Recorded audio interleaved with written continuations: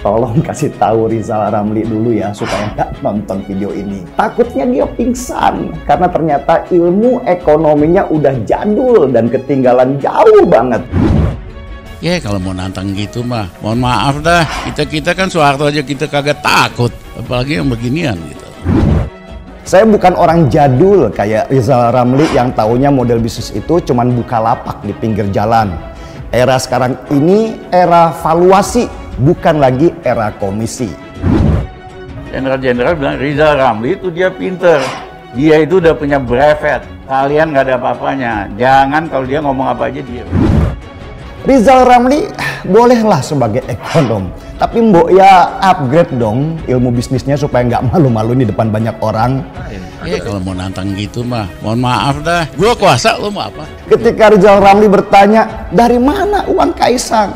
Ya Elon Musk dan Mark Zuckerberg bisa ketawa ngakak sampai kentut-kentut saking lucunya.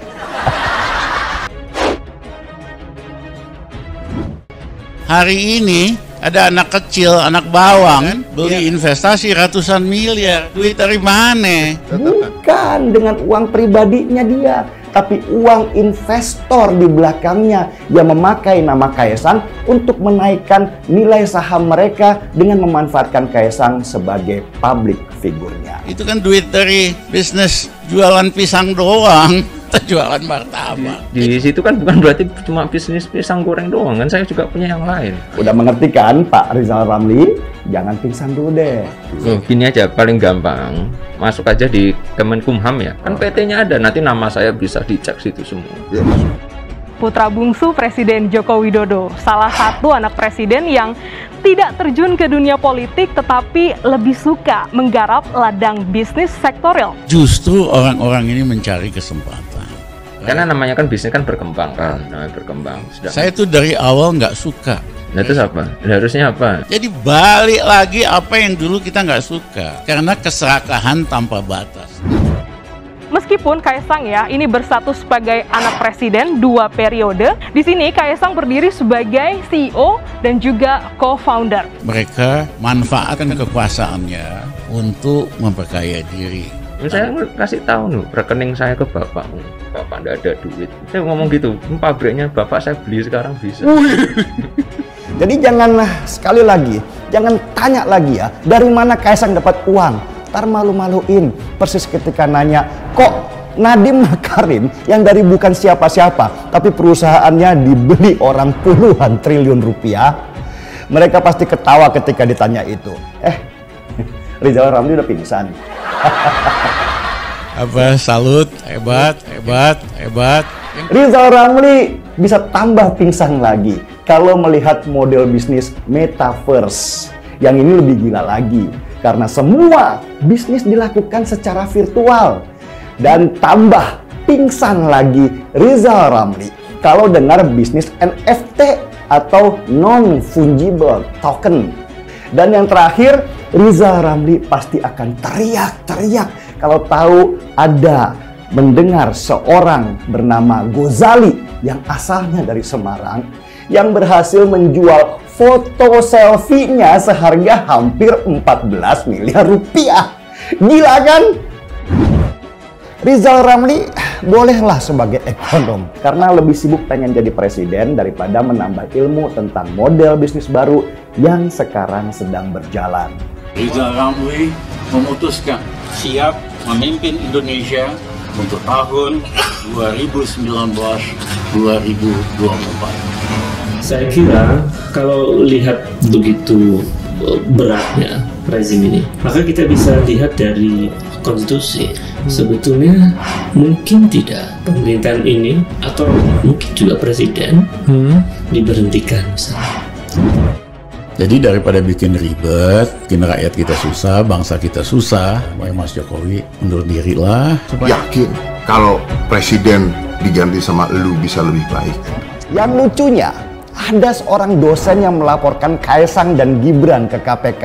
Tapi pas ditanya, ada bukti kalau Kaisang dan Gibran makan dari hasil korupsi. Si dosen ini ngeles dengan bilang, sulit mencari buktinya. Itu sangat sensitif ya Mas. Maka kami harus punya bukti kan.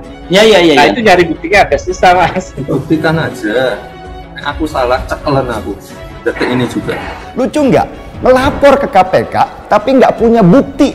Jadi apa dasar dia melapor ke KPK kalau dia nggak bawa bukti? Dugaan doang? Atau memang lagi cari panggung dengan menjual nama anak presiden? Sebetulnya dimulai dari keganjilan dan dimulai dari kegelisahan saya karena Kaisang anak presiden. Kalau Anda bisa memberikan bukti bahwa Hakim Agung yang menurunkan gugatan atas kasus pembakaran hutan itu ada dalam bisnis startup, kita percaya. Tapi ini dua fakta yang Anda berusaha mengkaitkan. Yang ingin saya tanyakan adalah di mana KKN, di mana korupsinya, dan di mana ada pencucian uang dalam kasus. Kenapa setiap tahun politik kayak ini Polri untuk melaporkan KPK? Sedangkan tidak hanya 2 anak presiden, Gubernur Jawa Tengah, Pak Erick Thohir dan lain sebagainya. Nah, dari situ kan kita bisa lihat misalnya, saya kira Bung Radli paham betul pasal 7A itu kan presiden bisa diberhentikan karena ada alasan hukum dan ada alasan non hukum. Tapi yang namanya orang cari makan, jalannya macem-macem. Ada yang kayak Kaisang berbisnis, ada juga yang kayak si dosen cari isu-isu amis.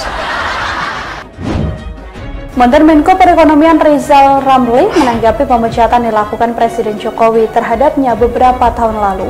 Namun Rizal Ramli hanya bekerja selama 11 bulan sebelum akhirnya dipecat oleh Presiden Joko Widodo.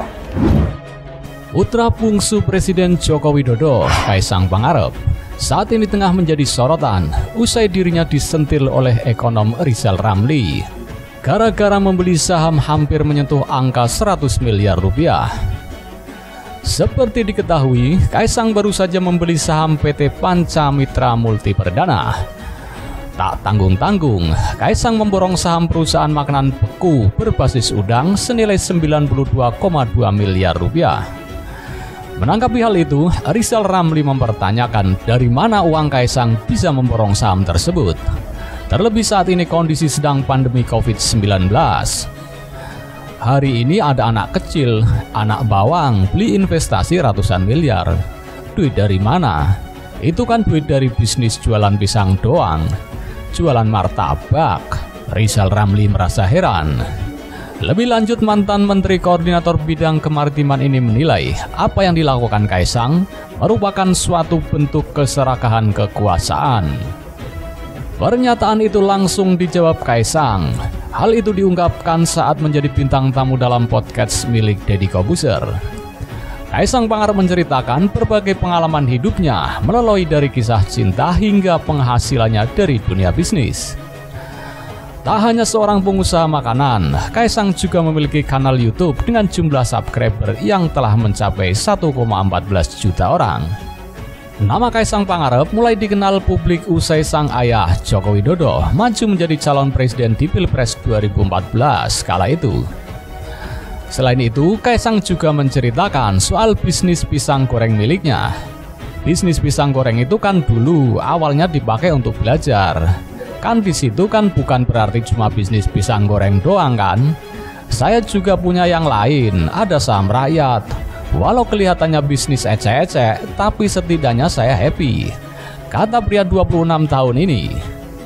Ia juga menjelaskan kalau bisnisnya berkembang sehingga dirinya punya lebih banyak uang daripada sang ayah.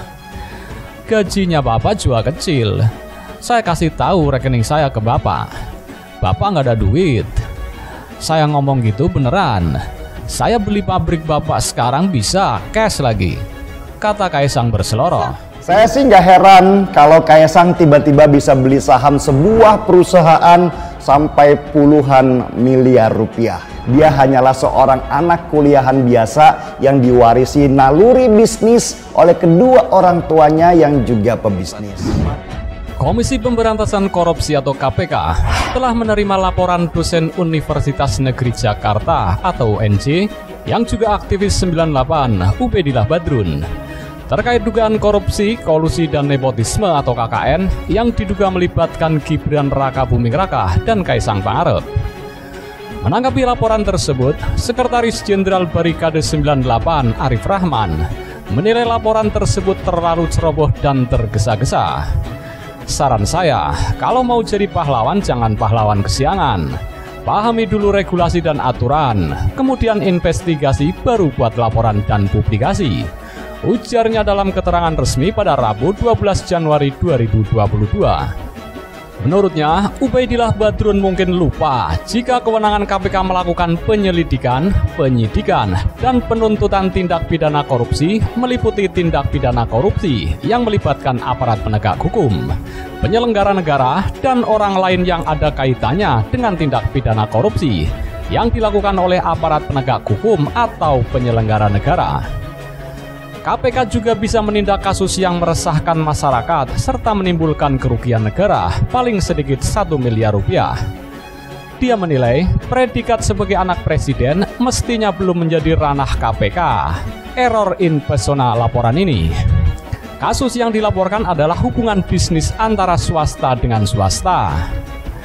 Jika mendalilkan Gibran sebagai wali kota Solo, pertanyaannya apakah dia sudah menjadi wali kota saat hal yang dilaporkan tersebut terjadi? Imbuhnya.